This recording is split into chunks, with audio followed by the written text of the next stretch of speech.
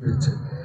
কিন্তু করার পরেও দেখলাম যে আওয়ামী লীগের ত্যাগী নেতা কর্মীরা এবং অন্য দলের যারা এই এলাকাকে ভালোবাসে, দেশকে ভালোবাসে, তারা দলের ঊর্ধ্বে থেকে উচ্চজ্ঞ মানুষটাকে তারা বেছে নিয়েছে। সেই মানুষটাই হলো মীর সিরাজুল।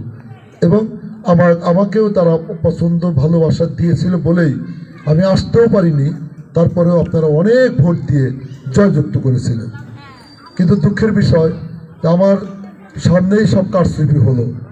কিন্তু আমার বিশ্বাস ছিল যে যত কারচুপি করেন না কেন, কারণ কারচুপি মানে 7টা সেন্টারের বাক্স রাস্তার মধ্যেই ছিনতাই হলো, পুলিশের সামনে ছিনতাই হয়ে রেজাল্ট উলট পালট করেছে, ওইখান থেকে বের করে ফেলে দিয়েছে।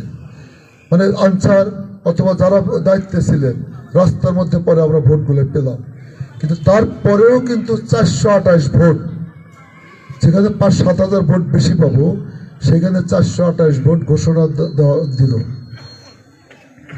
কিন্তু আমাকে কাগজটা সিগনেচার করলো না।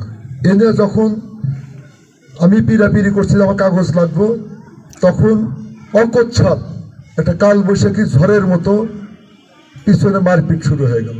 পুলিশ নিয়ে আসলো, মারপিট শুরু হয়ে গেল এবং কারেন্ট কিছুক্ষণের জন্য বন্ধ হয়ে গেল। আমি অবাক হয়ে গেলাম যে আমার দল ক্ষমতায়, আমার দলের এমপি, আমার দলের প্রভাবশালী নেতা, আমার দলের তৃণমূলের নেতাকর্মীর উপর সেই 71 সালে 25শে মার্চে যেমনি ভাবে নিরস্ত্র মানুষের উপরে পাকিস্তানিদের অতর্কিত হামলা, গুলি, বোমা এবং হত্যাযজ্ঞ শুরু হয়েছিল, ঠিক একই কায়দায় হাজার হাজার মানুষ এই আনোয়ারের সমর্থকরা ওই বেলকুচিতে ঘেরাও করে বসে আছে, সেখানেও অতর্কিতভাবে সেই নিরস্ত্র মানুষগুলোর উপরে পুলিশের নির্যাতন চলল। সেই পুলিশি হামলায় কতজনই আহত হলো। আমার বাবা মারা গিয়েছে, আমার বাবাও গিয়েছিল, আমার বাবাও আহত হয়েছিল।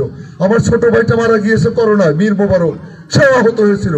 এই যে আমার সামনে বসে আছে মুরব্বীরা, এরকম অনেক মুরব্বী আহত হয়েছিল। শত শত জুতা ফেলে নিজে আত্মরক্ষা করেছিল। অনেকে কাদার মধ্যে, অনেকের পানির মধ্যে পড়ে গিয়েছিল। কষ্ট হয় যে আমরা এটা বিশ্বাসও করি না যে আমার দল ক্ষমতায়, আর আমার দলের নেতা, আমার দলের এমপির মাধ্যমে আমার দলের নেতাকর্মী, অসহায় মানুষ, তারা ভোট প্রয়োগ করেছে। সেই ভোট প্রয়োগ যারা করেছে তাদেরকে সম্মান না করে তাদেরকে অপমানিত করা হলো, নির্যাতন করা হলো, অত্যাচার করা হলো, আহত করা হলো। এইটা সাধারণ মানুষ কেউ কিন্তু মানে নাই, কেউ কিন্তু এটা মেনে নিতে পারে নাই। আবার নির্বাচন এসেছে। আমার বিশ্বাস যেই ভালোবাসা, যেই মহাব্বতের মাধ্যমে আপনারা আনোয়ার হোসেনকে, আমার ছোট ভাই এবং আমাকে দেখে ভোট দিয়েছিলেন, আমার বিশ্বাস প্রার্থীর চেয়ে যারা সমর্থক, যারা কাজ করে, কষ্ট তারাই বেশি পায়। তো সেই ব্যক্তিরাও কিন্তু আছেন। আমি ভোট নির্বাচন করতে চাচ্ছিলাম না, কিন্তু